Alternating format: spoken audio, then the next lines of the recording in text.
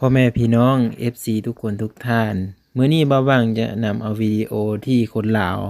กับพี่น้องคนไทยแน่เนาะแล้วก็อ่าต่างประเทศแน่บอกเพิ่นว่าเพิ่นมาแจกข้าวปุ้นเนาะในยามเช้าๆเลยพ่อแม่พี่น้องมาแจกให้คนที่ว่ามาทำงานนั่นแหละประมาณนี้เนาะแล้วก็เพิ่นก็มาแจกให้เลยนะเนาะหลายๆคนเลยเพิ่นก็เป็นทีมงานเพิ่นเนาะคนลาวที่ทำงานอยู่ไทยพ่อแม่พี่น้องเพิ่นมีเงินแล้วเพิ่นก็แจก ซื้อของยังแจกให้เนาะบรรยากาศยามเช้าเนาะก็สมเสยเด้อที่เพิ่นเฮ็ดได้เนาะที่เพิ่นมีน้ำใจแบ่งปันนะก็หลาย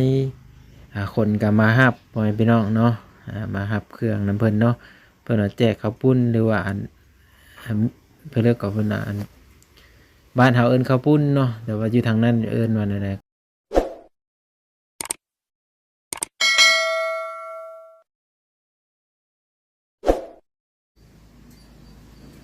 เมื่อนี้กันเลยว่าเอาภาพบรรยากาศในการที่ว่าพี่น้องคนลาวเนาะที่ไปเฮ็ดงานอยู่ประเทศไทยเพื่อนพี่น้องนะแล้วเพิ่นก็รวมกลุ่มกันเนาะเพิ่นเป็นกลุ่มเป็นหมู่เพื่อนเพิ่นนั่นแหละเนาะเพิ่นก็ได้แจกข้าวปุ้นเนาะแล้วก็แจกน้ำเพิ่นว่าในช่วงวันเสาร์วันอาทิตย์เพิ่นจะพากันแจกแบบนี้เนาะ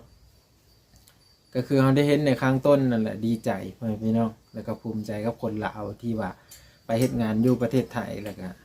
มีน้ำจิตน้ำใจแบ่งปันให้พี่น้องคนไทยเนาะแบ่งปันให้พี่น้องคนไทยแบ่งเป็นอาหารหรือว่าน้ำดื่มต่างๆเนาะก็ขอบพระคุณทุกคนที่รับชมและติดตามเบิ่งไปพี่น้องว่าบ้างก็จะนำเอาวิดีโอในการที่ว่าคนลาวหรือว่าคนที่มีน้ำใจนะว่าบ้างก็จะเอามาให้ FC พอให้พี่น้องได้เบิ่งได้ชมนำกันเนาะเมื่อนี้บ้างก็อยู่ห้านนะว่าได้ไปไซส์พอให้พี่น้องเครื่องขายก็อาจจะโบราณบันไดเนาะโบราณว่าก็จะมีเป็น2 ทีแต่ว่าบ้างก็จะตั้งไว้อยู่ต่อหน้านี่แหละส่วนร้ายบ้างบ่ได้อยู่เนาะบ้างอาจจะส่วนนี้ก็เร่งค้นฝืนให้อีแม่เนาะให้มันแล้ว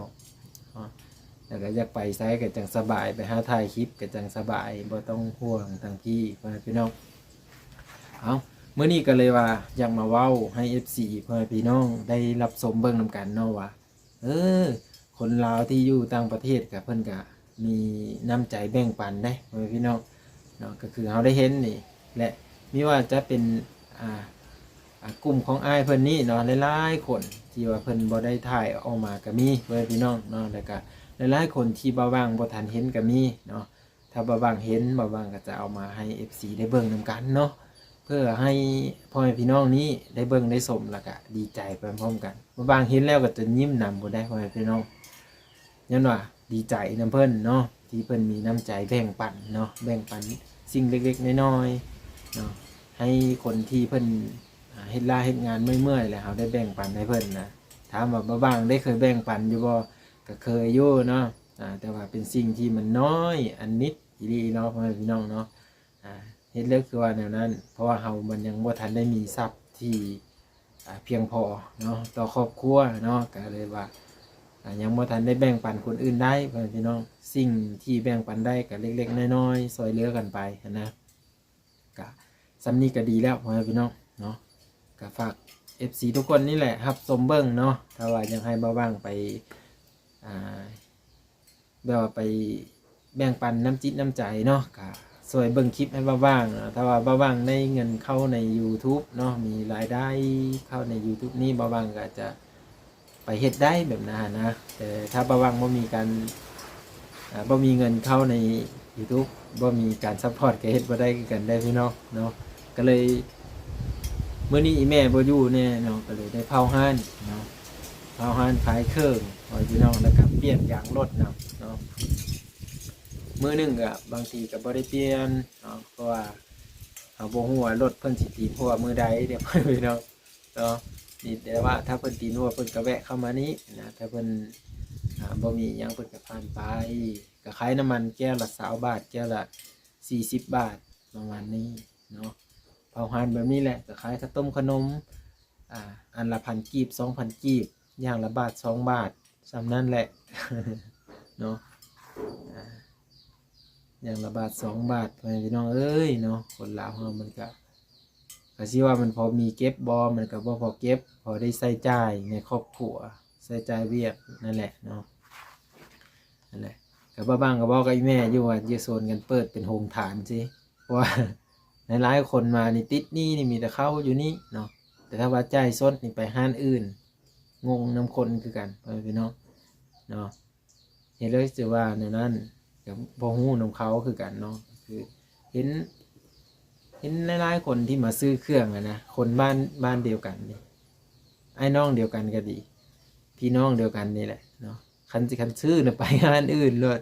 คันว่าเพิ่นจะติดหนี้บ่เงินบ่พอบ่แหละเข้ามาโลดอยู่นี่เนาะเข้ามาก็บ่ได้ใจจืดใจดำมันได้ดอกเนาะอีแม่เพิ่นก็ให้ติดอยู่เนาะติดกับพุ่นละ4-5 มื้อพุ่นแหละจนลืมบางเทื่อก็เนาะ เพิ่นสิมาจ่ายก็บ่เป็นหยังดอกพ่อแม่พี่น้องเอ้ยถ้าเฮามีมื้อใดพุ่นแหละจังแบ่งปันสิ่งที่มันใหญ่เนาะสิ่งที่มันน้อยๆก็ช่วยเหลือกันไปนั่นแหละเนาะก็คืออยู่ในแคมป์ทางนี่เลยเนาะเบิ่งแต่รถเที่ยวไปเที่ยวมาเนาะคือประมาณนี้ FC ทุกคนเนาะก็คือน้ำใจของคนลาวนี่ก็สุดยอดหลายพ่อแม่พี่น้องเป็นน้ำใจที่แบ่งปันเนาะแล้วก็น้ำใจคนไทยนี่ก็ประเสริฐคือกันพ่อแม่พี่น้องเนาะเพิ่นก็แบ่งปันคือกันเลยบางทีสิ่งที่เรียกว่าเลยเพิ่นแบ่งปันให้เพิ่นมีน้ำใจช่วยเหลือพ่อแม่พี่น้องเนาะคือเพิ่นช่วยเหลือคนลาวนี่โอ้หลายพ่อแม่พี่น้องเนาะคนทุกข์คนยากนี่นะเพิ่นก็ช่วยเหลือได้เนาะพี่น้องฟังไทยเฮานะนี่แหละเพิ่นจังเอิ้นว่าเป็นพี่น้องกันเนาะฮักแพงแบ่งปันกันพ่อแม่พี่น้องเนาะเพิ่นมาลาวเฮาก็ช่วยเหลือเพิ่นเฮาไปไทยเพิ่นก็ช่วยเหลือเฮาพ่อแม่พี่น้องเนาะก็ถ้ามาเที่ยวมาชมประเทศลาวก็ช่วยเหลือเพิ่นเนี่ยเด้อพ่อแม่พี่น้องเนาะบ่ช่วยอีหยังก็ช่วยบอกทางไปหั่นมานี่ก็ยังดีอยู่เด้เนาะจะประมาณนี้เนาะเพราะว่างก็อยู่ผู้เดียวพ่อแม่พี่น้องเนาะถ้าอีแม่บ่ได้ไปทำความสะอาดบ้านให้ป้าก็อีแม่อยู่เนาะบ้างก็จะไปค้นพื้นบ่เนาะประมาณนี้มื้อนี้ก็มีนัดกับเด็กๆอยู่เนาะก็ถ้าติดตามมาดูกันว่านัดไปไสเนาะบ้างก็ดีใจเด้อพ่อแม่พี่น้องอ้ายเพิ่นก็ว่า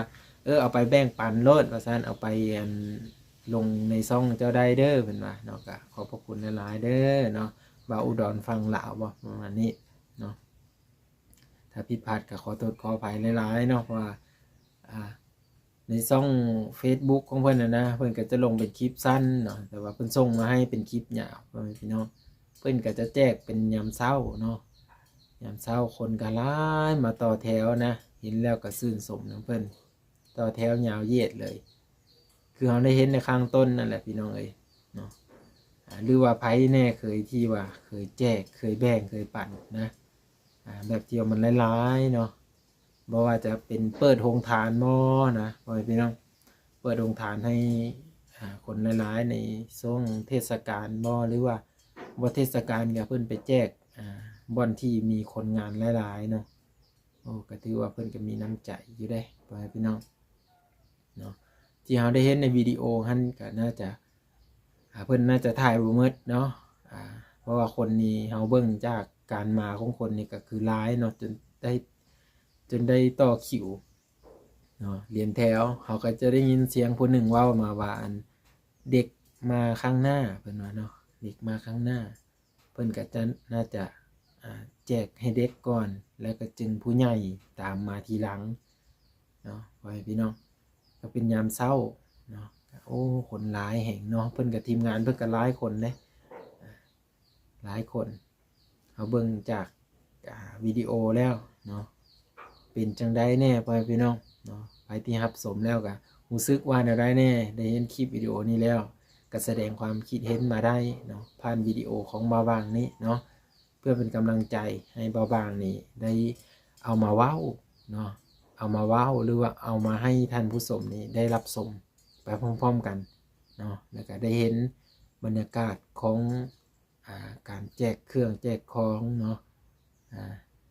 ก็เป็นตาหน้าชื่นชมเนาะแล้วก็ยินดีครับทุกคนที่ มีน้ำใจแบ่งปัน FC ทุกคนเนาะแล้วก็ FC ของมาบ้างก็เส้นเดียวกันเนาะขอให้อยู่ดีมีแห่งบุญคำน้ำสู่เนาะปราศจากโรคภัยไข้เจ็บเนาะเฮ็ดงานนั่นแหละก็ขอให้ประสบผลสำเร็จเนาะลุล่วงไปด้วยดีบ่มีอุปสรรคขอให้พี่น้องเอาคลิปหน้าพ่อกันคลิปนี้ว่าบ้างขอตัวลาไปก่อนสวัสดีครับสบายดี